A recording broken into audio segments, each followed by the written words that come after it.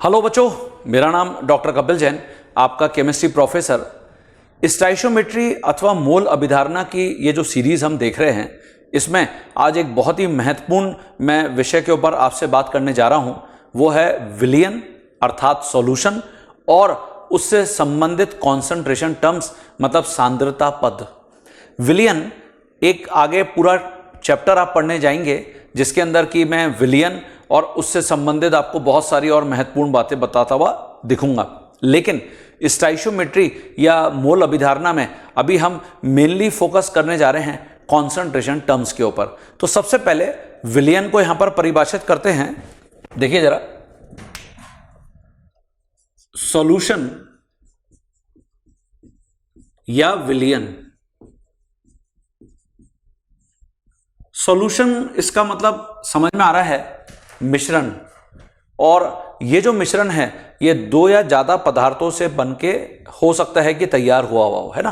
और ये जो मिश्रण है इसमें हम होमोजीनियस मिश्रण मतलब समांगी मिश्रण की बात करते हैं, या फिर हेट्रोजीनियस मिश्रण विषमांगी जो मिश्रण होता है उनकी बात करते हैं। तो देखिए, हम विलियन को परिभाषित करेंगे, यह होमोजीनियस, जिसका मतलब है समांगी, अथवा हेट्रोजीनियस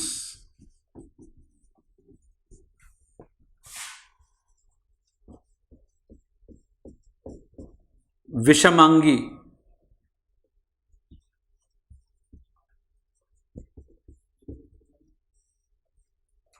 मिश्रण होता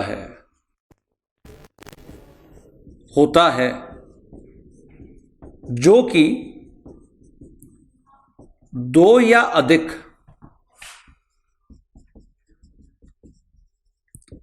पदार्थों से मिलकर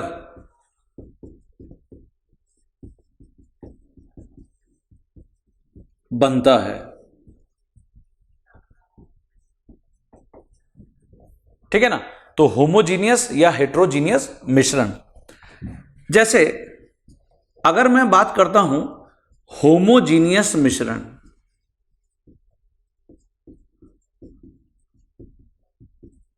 समांगी मिश्रण या समांगी विलियन,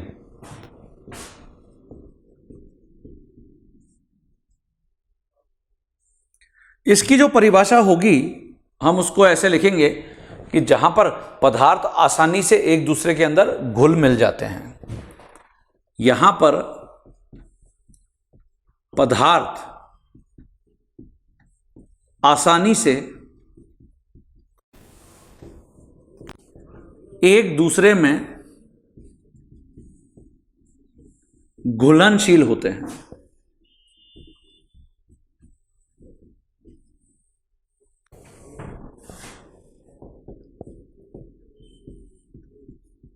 ये देखिए, और ऐसे ही अगर हम बात करते हैं हेट्रोजीनियस विलियन की,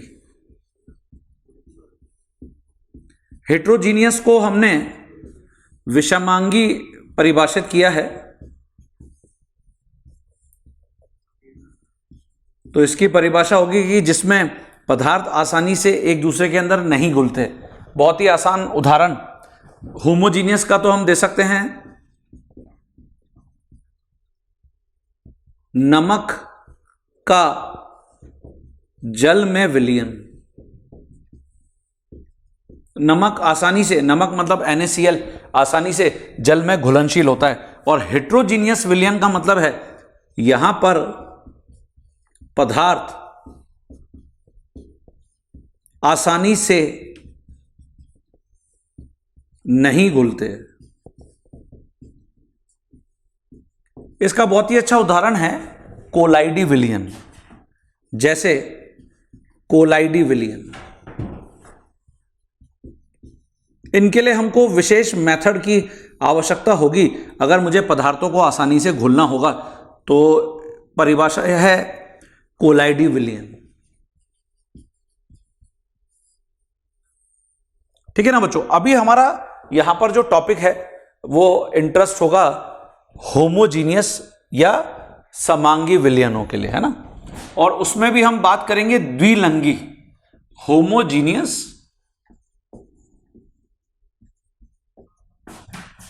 बाइनरी सॉल्यूशन।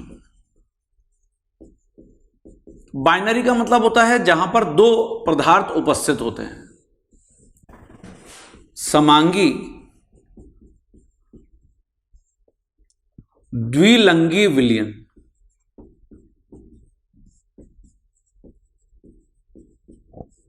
जहां पर केवल दो पदार्थ उपस्थित होते हैं।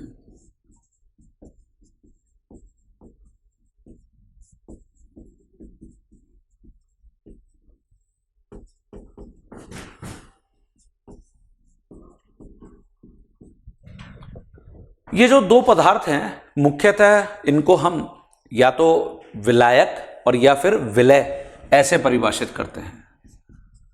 विलायक, विलायक अर्थात सॉल्वेंट। जो सॉल्वेंट है इसकी परिभाषा बहुत ही सिंपल रूप में आप इसको ऐसे समझ सकते हो, जो अधिक मात्रा में उपस्थित होता है, वह पदार्थ जो अधिक मात्रा में उपस्थित होता है।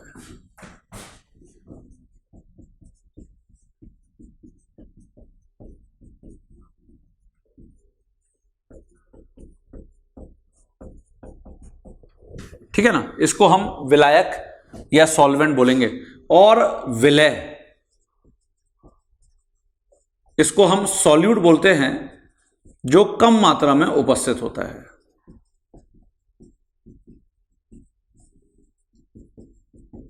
वह पदार्थ जो कम मात्रा में उपस्थित होता है।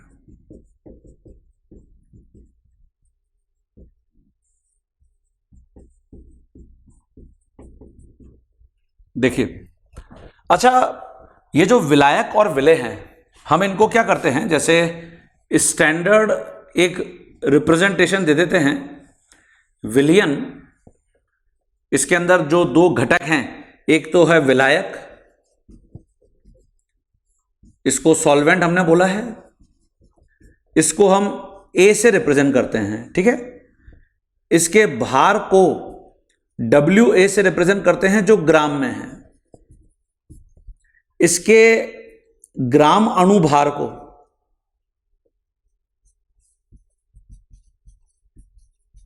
हम कैपिटल MA से रिप्रेजेंट करते हैं, और इसके मोल को हम ऐसे लिख देते हैं। देखिए, विलायक के मोल, तो ये हो जाएगा भार WA डिवाइडेड बाय ग्राम अणुभार MA। ये देखिए, और ऐसे जो दूसरा यहां पे घटक है वो यहां पे विलय है, जिसको हम सॉल्यूट बोल रहे हैं। इसको हम कैपिटल B से रिप्रेजेंट कर दिया करेंगे। इसके भार को WB ग्राम में,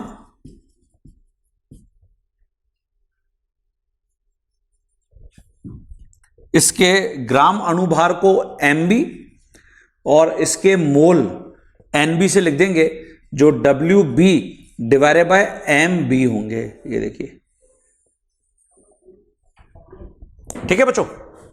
तो ये बार बार हम अब ऐसे लिखा करेंगे, जब भी हमको विलायक लिखना है तो इसका भार हमेशा हम WA से बता दिया करेंगे, इसका ग्राम अणुभार इसको MA से बता दिया करेंगे, और इसके मोल NA से बता दिया करेंगे।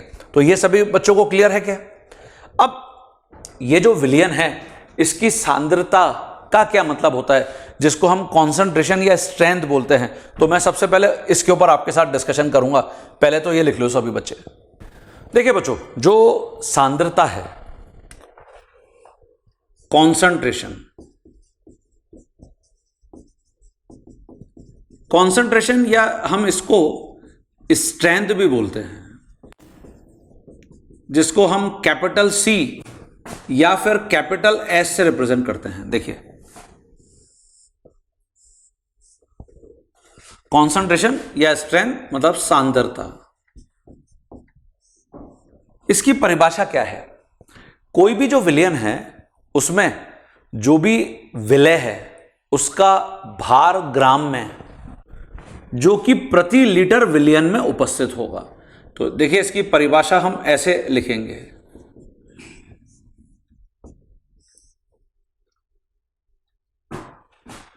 दिए गए विलय की मात्रा, विलय को हमने अभी सॉल्यूट लिखा है, बी से रिप्रेजेंट किया है, की मात्रा ग्राम में, जो कि प्रति लीटर विलियन में उपस्थित होगा।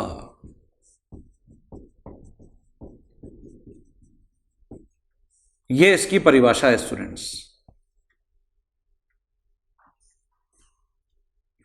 ठीक है ना। और इसलिए अगर हम लिखते हैं यूनिट सांद्रता की, तो वो हमेशा हम ऐसे लिखते हैं ग्राम प्रति लीटर। ये देखिए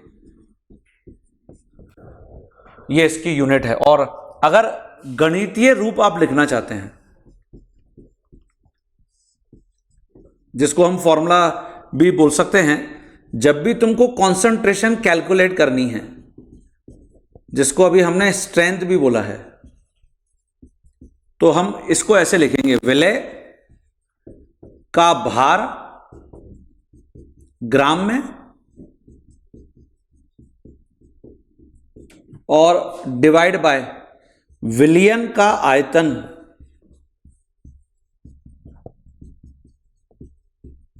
लीटर में।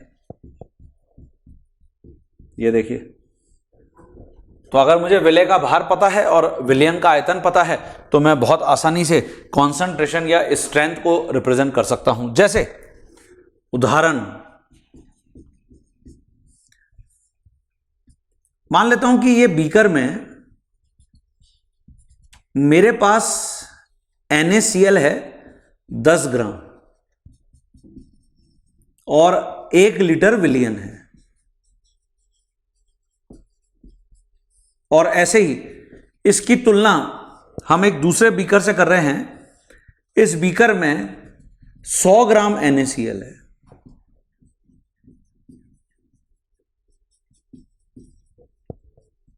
एक लीटर विलियन है। अब आपसे पूछा जाए कि बताइए सांद्रता कहां ज्यादा है, तो आप बहुत आसानी से उत्तर दे देंगे कि सर यहां 100 ग्राम NaCl 1 लीटर में है, वहां 10 ग्राम NaCl 1 लीटर में है। यह ज्यादा सांद्रित विलियन है क्योंकि सांद्रता ज्यादा है। तो यहां ज्यादा सांद्रता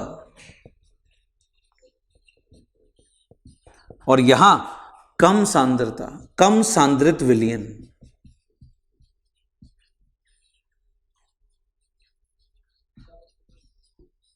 ये देखिए, ठीक है ना।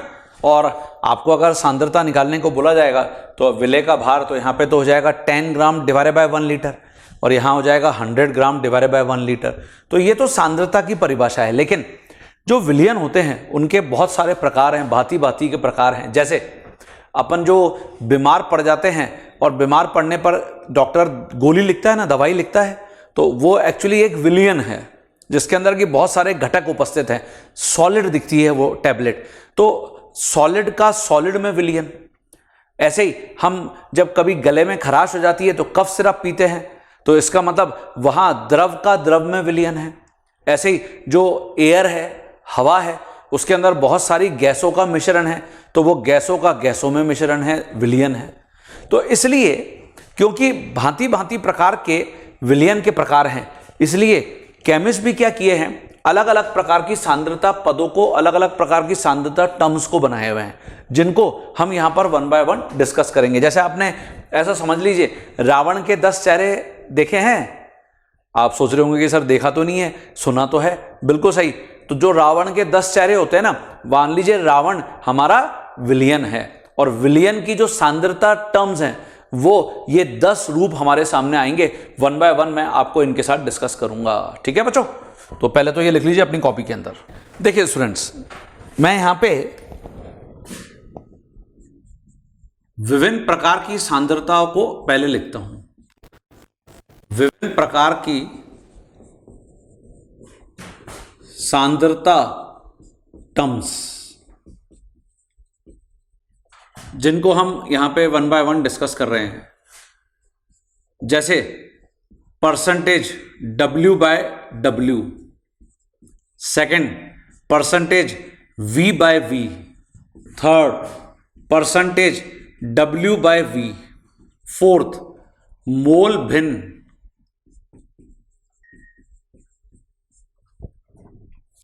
फिफ्थ मोललता,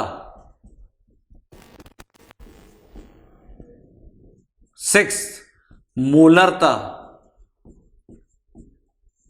सेवेंथ नॉर्मलता, एट्थ मिली तुल्यांक,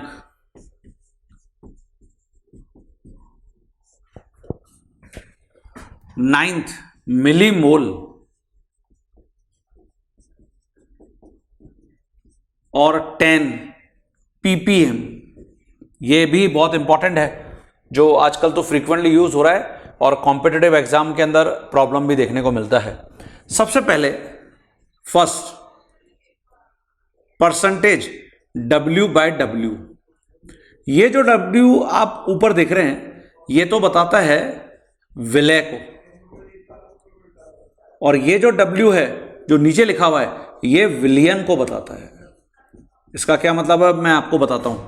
अथवा हम इसको ऐसे भी लिखते हैं, देखिए, परसेंटेज बाय मास, या फिर हम इसको ऐसे लिखते हैं मास परसेंटेज।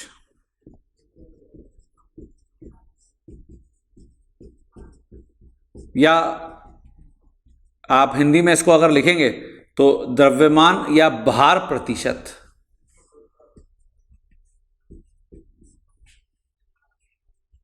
ठीक है बच्चों, तो ये इसके अलग अलग प्रकार के नामकरण हो सकते हैं जो आपको क्लियर होने चाहिए। परिभाषा बहुत ही सिंपल है, जैसा नाम से समझ में आ रहा है, W बाय W। विलय का भार ग्राम में जो ऊपर है और 100 ग्राम विलियन में उपस्थित होगा, तो फिर हम इसको W बाय W से रिप्रेजेंट करते हैं। तो देखिए, इसकी परिभाषा सबसे पहले लिख देंगे।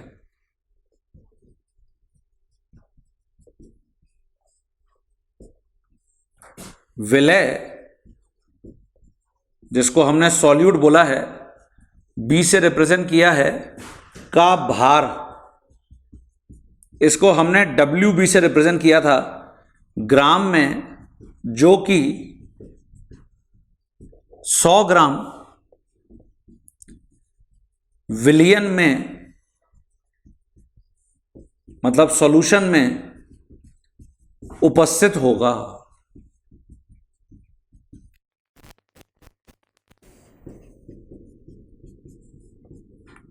यह परिभाषा है बच्चों उसकी। और अगर इसका आप गणितीय रूप लिखना चाहोगे तो गणितीय रूप हो जाएगा, W बाय W लिख रहे हैं क्योंकि, तो ऊपर तो ऐसे लिखा जाएगा विलय का भार,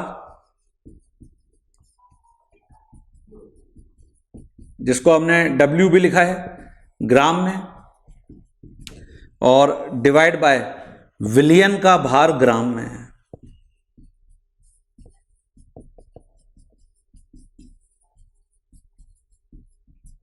ठीक है, और विलियन का भार 100 ग्राम में है, तो उसी को हम W बाय W से रिप्रेजेंट कर रहे हैं। तो विलय का भार ग्राम में जो कि 100 ग्राम विलियन में उपस्थित होगा, हम इसको कहते हैं W बाय W। ठीक है बच्चों। अच्छा, अगर 100 ग्राम नहीं है विलियन का भार, तो फिर फॉर्मूला में ऐसे लिखा जाएगा, मल्टीप्लाई बाय 100। ये देखिए, माने जो भी विलियन का भार है, हम पहले उसके अंदर यहां पे रिप्रेजेंट करेंगे और उसको 100 ग्राम में परिवर्तित करने के लिए हम इस फॉर्मूला को ऐसे लिखेंगे, विलय का भार जो WB ग्राम है, विलियन का भार ग्राम में, मल्टीप्लाई बाय 100। जैसे मान लेता हूं उदाहरण, आपको यह लिखा हुआ आया 25% W बाय W NaCl का जलीय विलयन। इसका क्या मतलब हुआ? क्या मतलब है इसका? इसका मतलब है कि जो विलयन है उसमें दो घटक उपस्थित हैं, एक तो NaCl है और एक जल है, और 25% W/W NaCl का जलीय विलयन। इसका मतलब है कि जो NaCl है वो 25 ग्राम है। अगर मान लिया जाए कि विलयन का भार 100 ग्राम है और विलयन में दूसरा घटक कौन सा है? जल है, तो अगर 25 ग्राम NaCl है तो जल कितना होगा? 75 ग्राम। बिल्कुल सही, एकदम सही पकड़ा आपने। तो यही मतलब है W/W का। तो बस अगर आपको W/W क्लियर है तो फिर आप V/V, तो V/V जब हम लिखेंगे तो यहां पर भार की जगह हो जाएगा आयतन, विलय का आयतन ऑब्वियसली मिलीलीटर में, जो कि 100 मिलीलीटर विलयन में उपस्थित होगा, तो ये V/V हो जाएगा।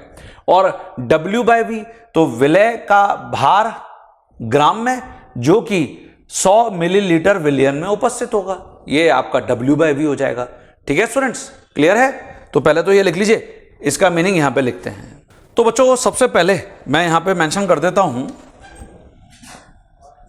इसका मतलब 25% W/W का मतलब है 25 ग्राम NaCl 100 ग्राम विलयन में उपस्थित है।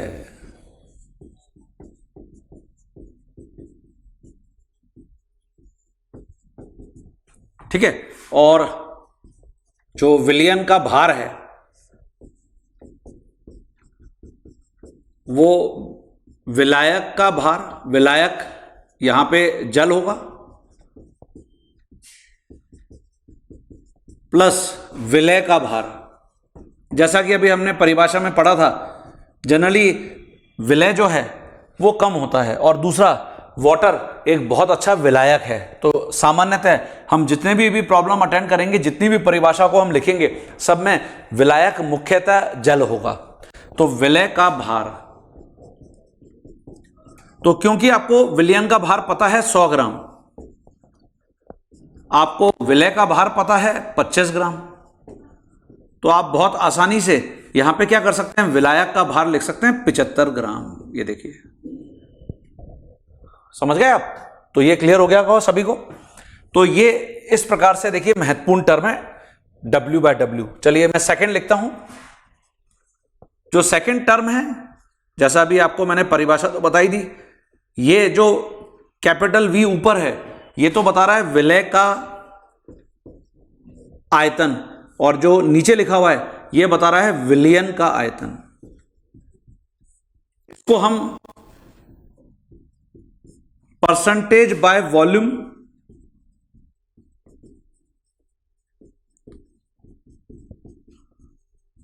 या वॉल्यूम परसेंटेज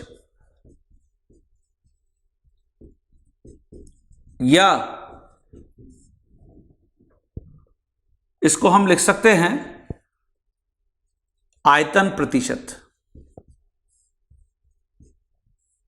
ठीक है ना बच्चों?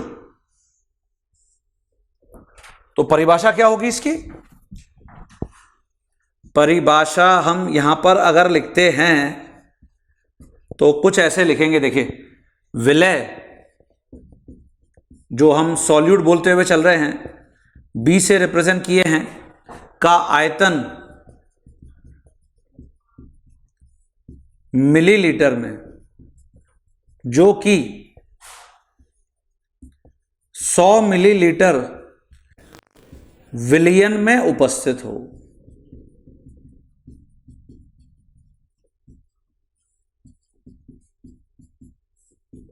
ठीक है, और अगर इसका गणितीय रूप लिखना चाहते हैं आप, तो गणितीय रूप में हो जाएगा परसेंटेज V/V, विलय का आयतन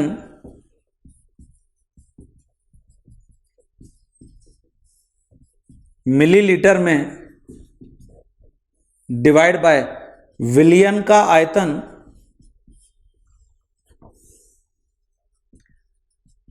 अगर ये 100 मिलीलीटर नहीं है, कुछ और वॉल्यूम दे रखा है, तो इसको 100 में परिवर्तित करने के लिए यहां पे 100 से गुणा कर दिया है ना। ये देखिए, तो ये आपके पास फॉर्मूला हमेशा रहेगा जब भी आपको वॉल्यूम बाय वॉल्यूम को रिप्रेजेंट करना है। जैसे यहां पे इसके कुछ उदाहरण लिखता हूं और फिर W/V को परिभाषित करते हैं। पहले लिख लीजिए सभी। देखिए बच्चों, मैं यहां पे उदाहरण में लिखूंगा,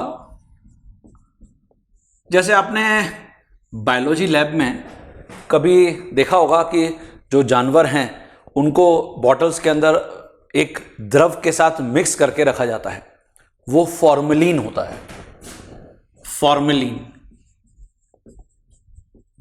ये जो फॉर्मेलिन है बायोलॉजिकल प्रिजर्वेटिव है। जो स्पेसिमेंस होते हैं उनको प्रिजर्व करने के लिए काम में आता है ना, परिरक्षित करने के लिए काम में आता है। फॉर्मेलिन का मतलब होता है 40% volume by volume formaldehyde, SCHO को फॉर्मल्डिहाइड बोलते हैं, का जलीय विलयन।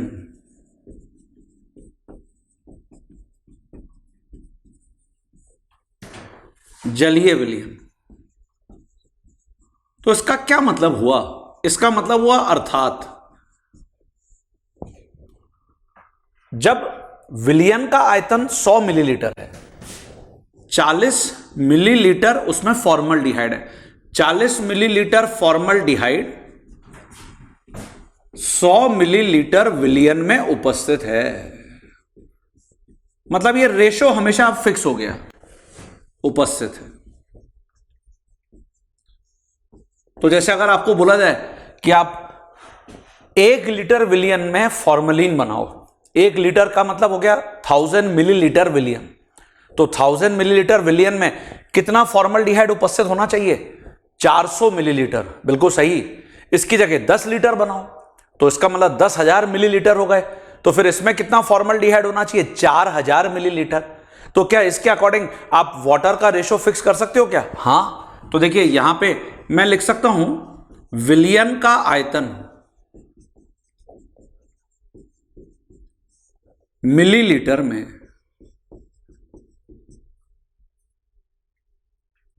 कितना, यहां पे 100 मिलीलीटर, और ये इक्वल है विलायक का आयतन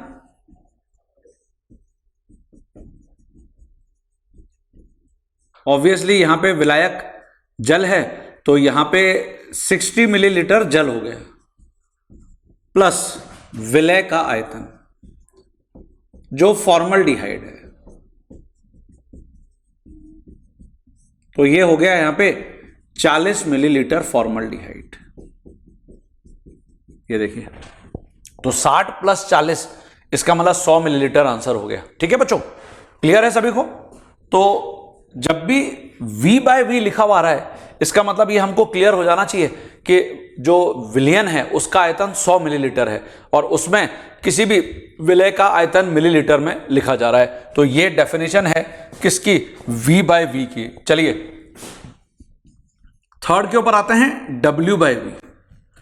फिर वही जो W ऊपर लिखा हुआ है ये तो विलय को बता रहा है, जो नीचे V लिखा हुआ है ये विलयन को बता रहा है। तो हम इसको ऐसे लिख सकते हैं, देखिए परसेंटेज मास बाय वॉल्यूम,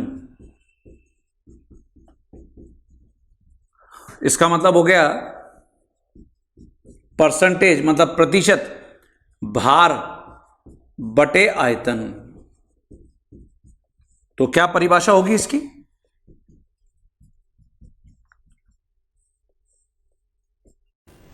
इसकी परिभाषा हो जाएगी कि जो भी विलय है उसका भार ग्राम में, विलय का भार ग्राम में, जो कि 100 मिलीलीटर विलयन में उपस्थित होगा। ये देखिए, और इसलिए अगर मैं इसका गणितीय रूप लिखता हूं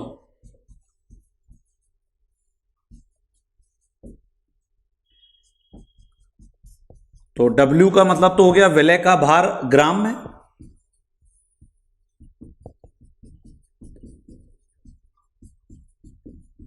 और इसको डिवाइड कर देंगे विलियन का आयतन मिलीलीटर में।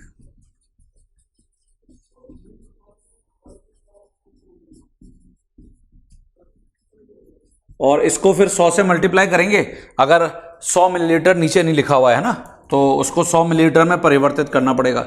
तो ये गणितीय रूप हो गया है। ठीक है ना बच्चों? तो ये पॉइंट आप थर्ड के लिए लिख लेंगे, W/V। W/V क्या होता है? जैसे यहां पे कुछ उदाहरण लिखता हूं मैं, और उसके बाद फोर्थ टर्म के ऊपर आते हैं, मोल फ्रैक्शन अथवा मोल बिन। पहले लिख लीजिए। देखिए बच्चों, जैसे यहां पे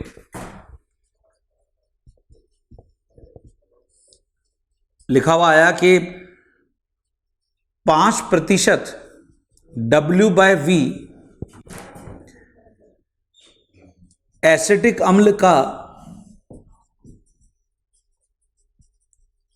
जलीय विलयन।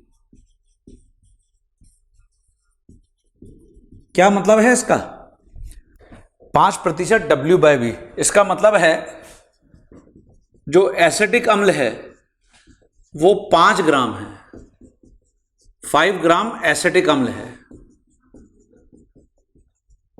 जो कि तो 5 ग्राम एसिटिक अम्ल यहां पे 100 मिलीलीटर विलियन में उपस्थित है।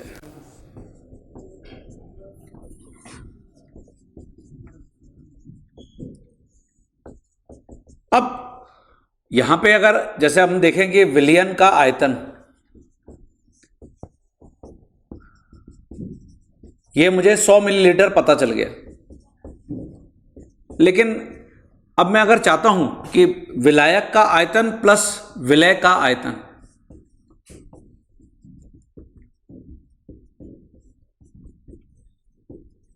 ये देखिए,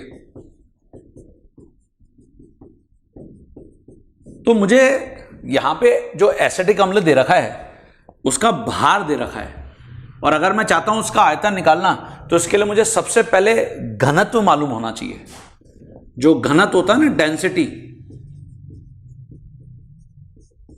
तो तभी आप आसानी से क्या कर पाओगे, आयतन निकल पाओगे। तो ये भार बटा आयतन, ये देखिए। तो अगर तुमको आयतन निकालना है तो भार बटा घनत्व हो जाएगा। तो ये आपको पहले पता होना चाहिए। ठीक है? अब मैं इसकी जगह जैसे यहां पे लिखता हूं, अगला उदाहरण देखिए। जैसे आपको यहां पे लिखा हुआ है कि 3.4% W/W सल्फर इंसुलिन में उपस्थित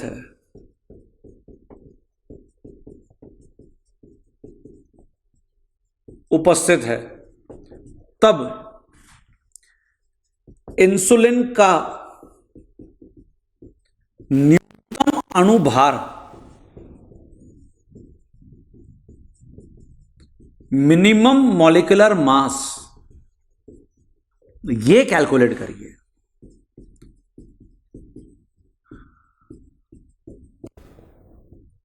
की गणना करो।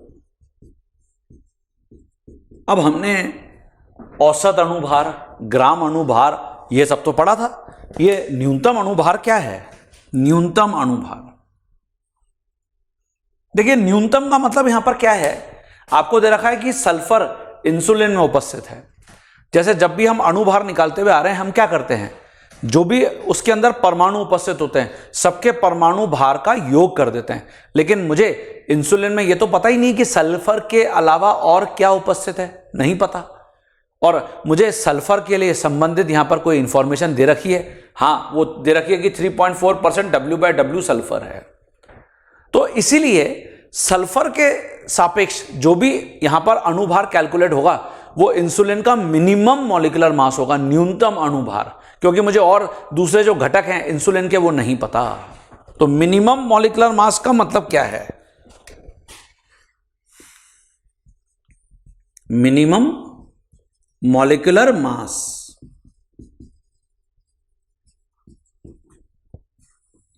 न्यूनतम अणुभार।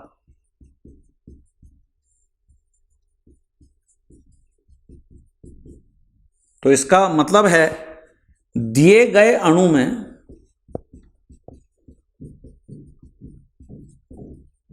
जो भी घटक दे रखा है, दिए गए घटक का मतलब घटक मतलब कंपोनेंट का कम से कम 1 मोल जब उपस्थित होगा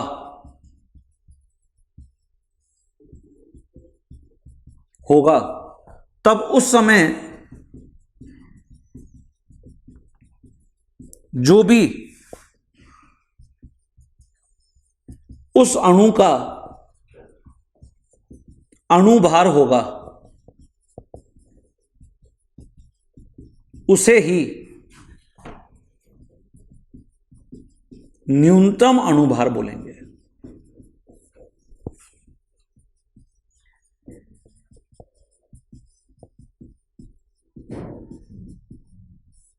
ठीक है ना बच्चों? तो देखिए वहां पे इस प्रॉब्लम को सॉल्व करते हैं, पहले लिख लीजिए सभी। हाँ बच्चों देखिए यहां पे मुझे दे रखा है 3.4% W/W सल्फर इंसुलिन में। तो इसका मतलब यह है कि यहां इंसुलिन तो विलियन है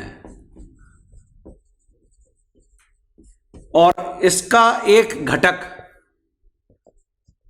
यह सल्फर है, लेकिन अन्य घटक नहीं पता। अगर सारे घटक या कंपोनेंट पता होते तो हम तो इंसुलिन का आसानी से अणुभार निकाल सकते, ये नहीं पता है। समझ रहे हैं आप सभी? और इसलिए मैं यहां पे सबसे पहले तो लिखूंगा जो मुझे 3.4% W/W सल्फर दिया गया है इंसुलिन में,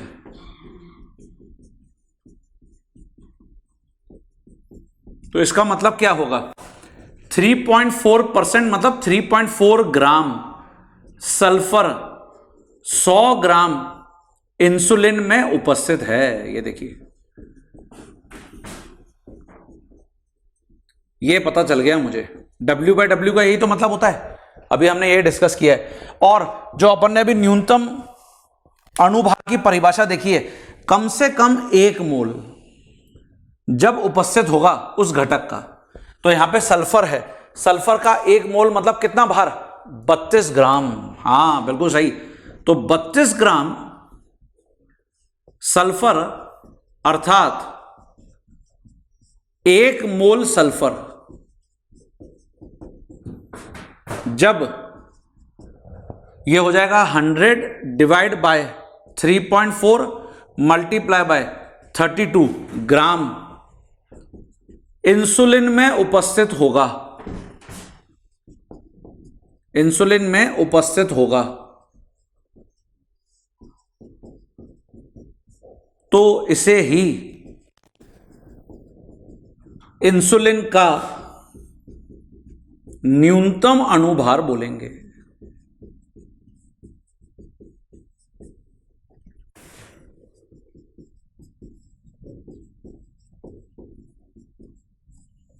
ठीक है ना बच्चों? तो इसका मतलब जो इंसुलिन का न्यूनतम अणुभार आ गया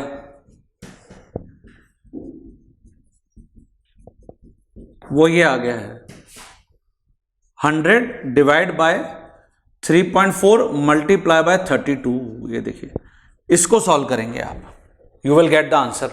तो ये भी लिख लीजिए बच्चों सभी।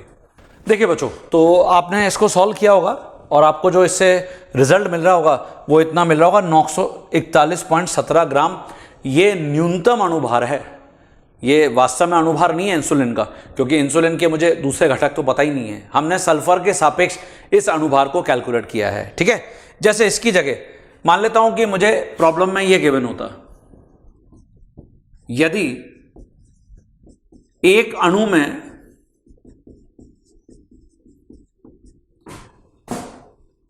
2.8% W/W नाइट्रोजन उपस्थित है,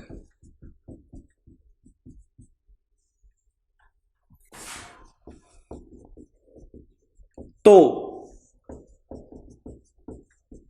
अणु का न्यूनतम अणुभार, न्यूनतम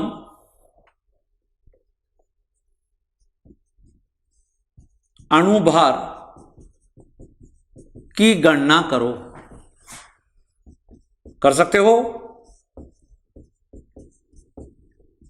तो आप चाहें तो वीडियो को पॉज करके सबसे पहले अपने आंसर को प्रेडिक्ट कर लो। देखिए बच्चों, यहां पे जो दिया गया है 2.8% W/W नाइट्रोजन दिया गया है आपको।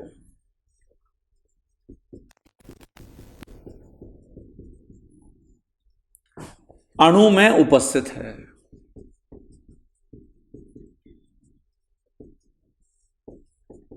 तो इसका मतलब क्या हुआ? इसका मतलब हुआ कि 2.8 ग्राम नाइट्रोजन 100 ग्राम अणु में उपस्थित है। ये देखिए, और अगर आपको न्यूनतम अणुभार निकालना है तो इसका मतलब यह हुआ कि कम से कम 1 मोल, और नाइट्रोजन का 1 मोल इसका मतलब 14 ग्राम होता है। तो मैं यहां पे लिख सकता हूं कि 14 ग्राम नाइट्रोजन अर्थात 1 मोल नाइट्रोजन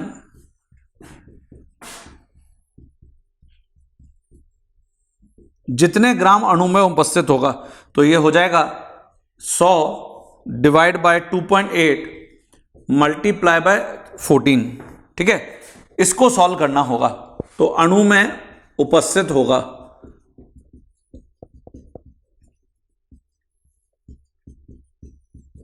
इसी को हम न्यूनतम अणुभार बोलेंगे। यह ही अणु का न्यूनतम अणुभार है।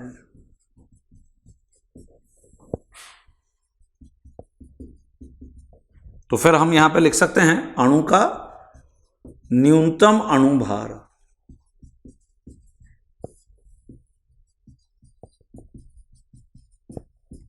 तो ये हो जाएगा 100 × 14 डिवाइड बाय 2.8 ग्राम।